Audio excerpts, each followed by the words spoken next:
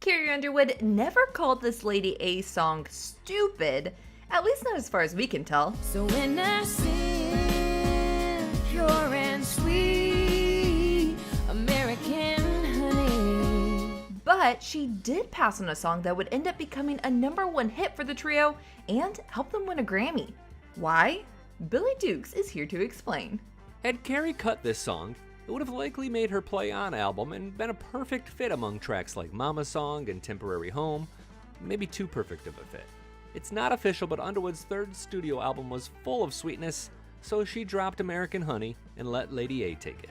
I'll give that a thumbs up. Hey, it's Addison Hager, and this is a video of big country hits that other artists passed on first. Lady A are all over this list. But Dierks Bentley is the all-time leader in whiffs. I count 4 huge passes. But Lady A make the list too, for passing on a hit for another trio, the band Perry's Better Dig 2.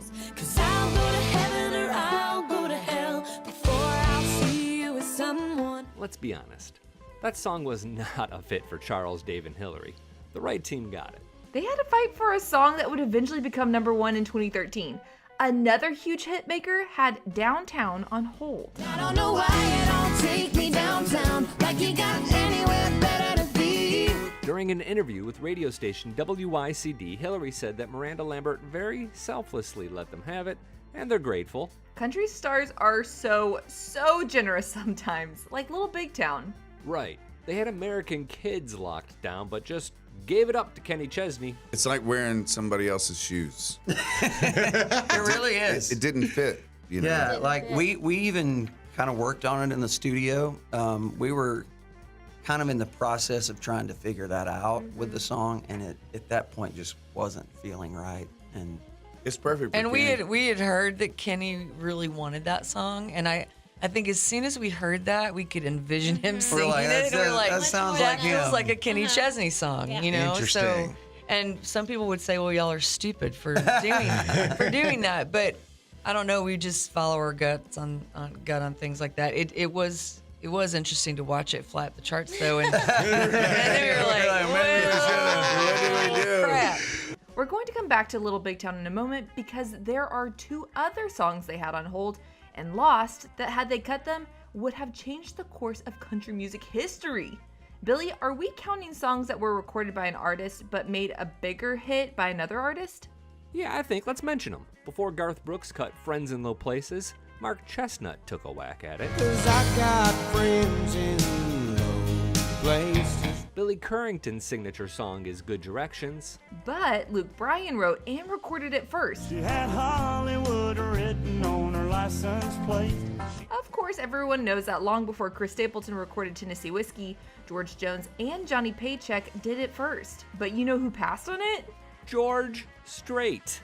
In fact, we made a whole video about this, and we'll link to it in the corner. He just didn't hear it. And if we can, Addison, I'd like to begin a poll in the comment section. Okay, go for it.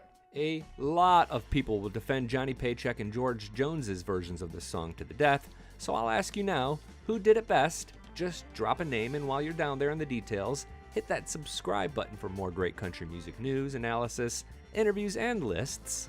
Okay, I'm gonna rapid fire 3 at you. You ready? Jake Owen heard Big Green Tractor and hard passed on the song before it became a hit for Jason Aldean. And I can take you for a ride on my big green tractor. He thought it'd be disingenuous. He's right. Florida Georgia Line heard Jason Aldean's Burning It Down and yawned. Actually, it was a timing thing. And my personal favorite, someone passed on this career hit from Zac Brown Band. You know I like my chicken fried and cold beer on a Friday night. Billy Allen Jackson passed on that. He did, and I love his explanation. In 2009, our friends at The Boot ran a story that explained that Allan loved this song, but he had just had a song out about cornbread and chicken, and before that he had a single out about bologna. Too many food songs. Yes, too much food on Allan Jackson's plate.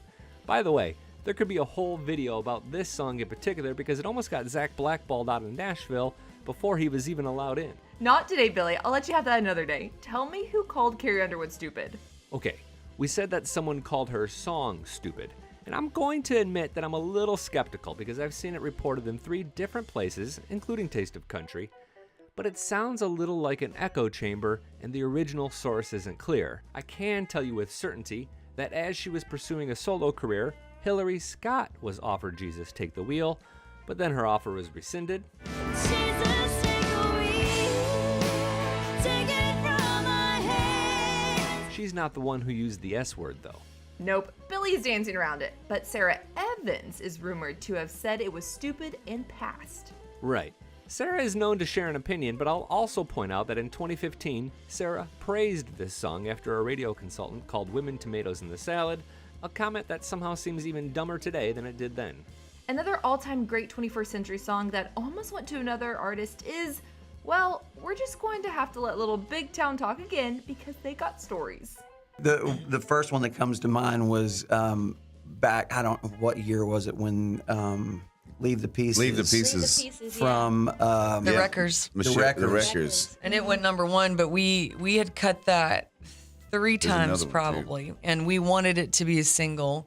And our then label, which I won't name, had it, and it sounded great. And they were like, I don't know if this is the song. And Dang, somebody's missing out on a steak dinner. They had another one that they've messed up with. That Rascal Flatts had a big hit. What hurts? Oh yeah, we had that one well, too. we that lost was- that one we for lost that different. one. I don't think the Wreckers would exist without Leave the Pieces, frankly.